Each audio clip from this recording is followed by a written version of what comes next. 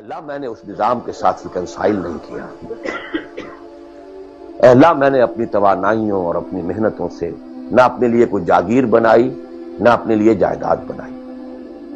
اے اللہ میں کوئی دولت چھوڑ کر نہیں مرا۔ اے اللہ میں نے اپنے بچوں کو بھی اسی کام کے لیے لگا دیا۔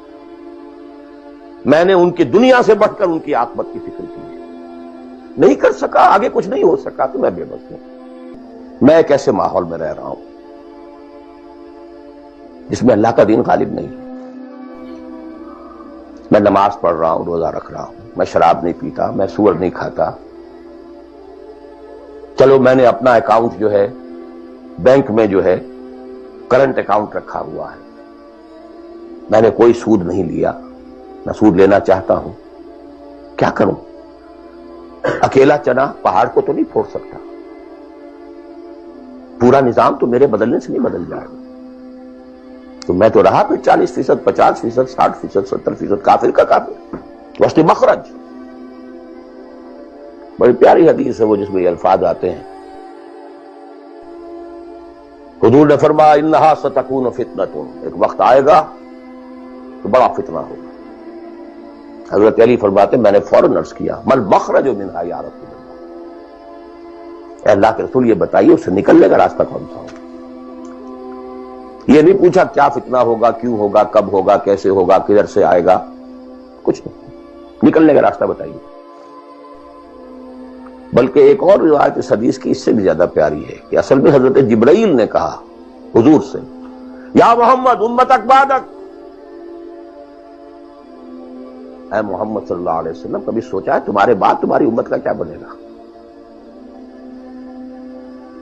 تو حضور پلٹ کر سوال کرتے ہیں مل مخرج منہا یا جبرائیل، تو بہت بڑا پرابلم تم نے اے جبرائیل میرے سامنے رکھا ہے، تو اب آپ ہی بتائیں اس سے نکلنے کا راستہ کیا؟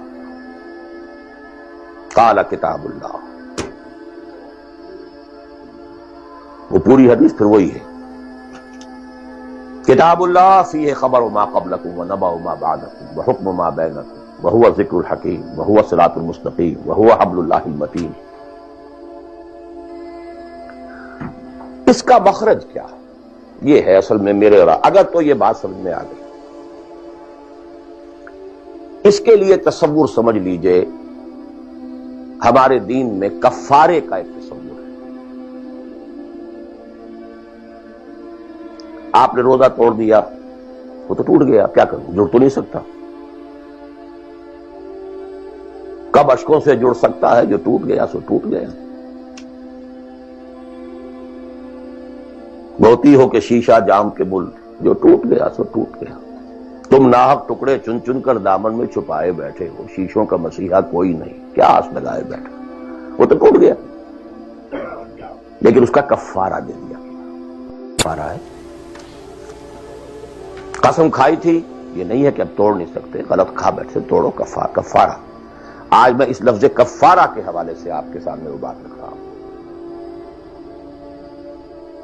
اب مجھے اللہ نے پیدا کر دیا اس دور میں، کسی کو ہندوستان میں پیدا کیا، کسی کو انگلستان میں کیا ہے، کسی کو امریکہ میں کیا ہے، کسی کو پاکستان میں کیا ہے، کچھ کو پاکستان پہنچا دیا ہے چاہے زبردستی چاہے اپنی مرضی سے، کسی کو یہاں پہنچا دیا ہے چاہے کسی بھی نیت اور کسی بھی ارادے سے، لیکن اب ہے کہیں ہے، کیا کریں؟ کوئی کفارہ ہونا چاہیے، کوئی مخرج ہونا، بس یہی کفارہ ہے۔ پھر نوٹ کر لیجئے اس ماحول سے سوائے سبسسٹنس لیول کے اور کچھ حاصل مت کرو،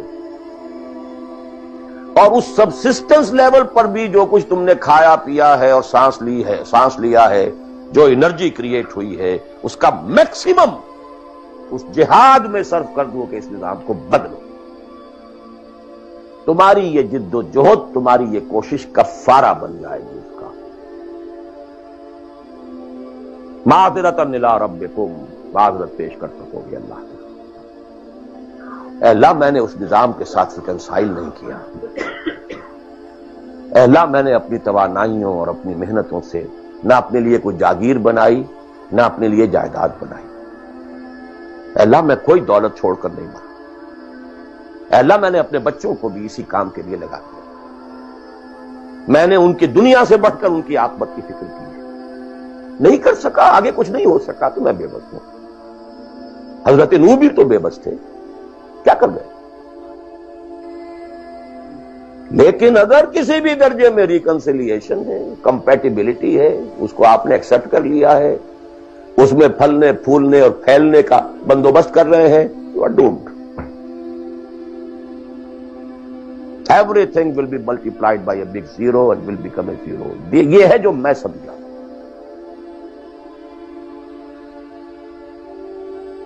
اس کا نام ہے جہاد. Constant friction, constant struggle. جان مال، ان صلاتی و نسکی و محیای و مماتی للہ رب العالمین. میری زندگی کا مقصد تیرے دین کی سرفرازی، میں اسی لیے مسلمان، میں اسی لیے نمازی.